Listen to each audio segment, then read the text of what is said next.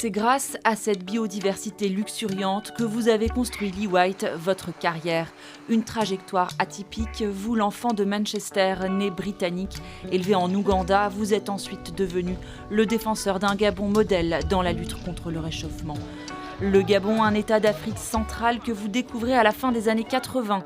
Alors doctorant en zoologie, vous étudiez l'impact de la déforestation sur les animaux, des travaux qui vous permettront 15 ans plus tard d'accompagner la création des 13 parcs nationaux du pays.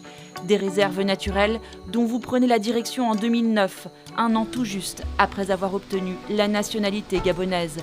Votre expertise fait de vous le conseiller privilégié des présidents Bongo, le père, puis le fils, qui vous nomme il y a 4 ans ministre de l'Environnement. Je pense que le président voulait quelqu'un qui connaît bien la forêt, qui aime la forêt et qui a une vision. Peut-être même il trouvait stratégique d'avoir un blanc dans ce ministère pour pouvoir aller négocier avec les blancs sur le changement climatique. Paris gagné. Peu de temps après votre nomination en 2019, le Gabon devient le premier État africain récompensé pour sa lutte contre la déforestation. 140 millions d'euros lui sont promis par la Norvège sur 10 ans s'il arrive à maintenir ses efforts. L'enjeu, remplacer les revenus d'un pétrole qui s'épuise par l'or vert. Votre pays d'adoption affiche selon l'ONU l'un des meilleurs bilans carbone au monde, un potentiel que vous entendez monnayer. Je ne suis pas sûr que vous trouverez un pays sur Terre qui a fait mieux que le Gabon.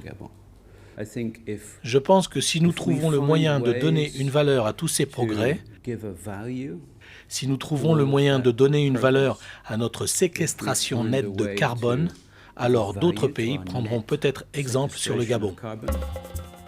Un exemple à nuancer, car dans les forêts gabonaises, beaucoup de problèmes ne sont pas encore résolus, comme le trafic de bois ou le braconnage, mais aussi les ravages des cultures commis par les éléphants.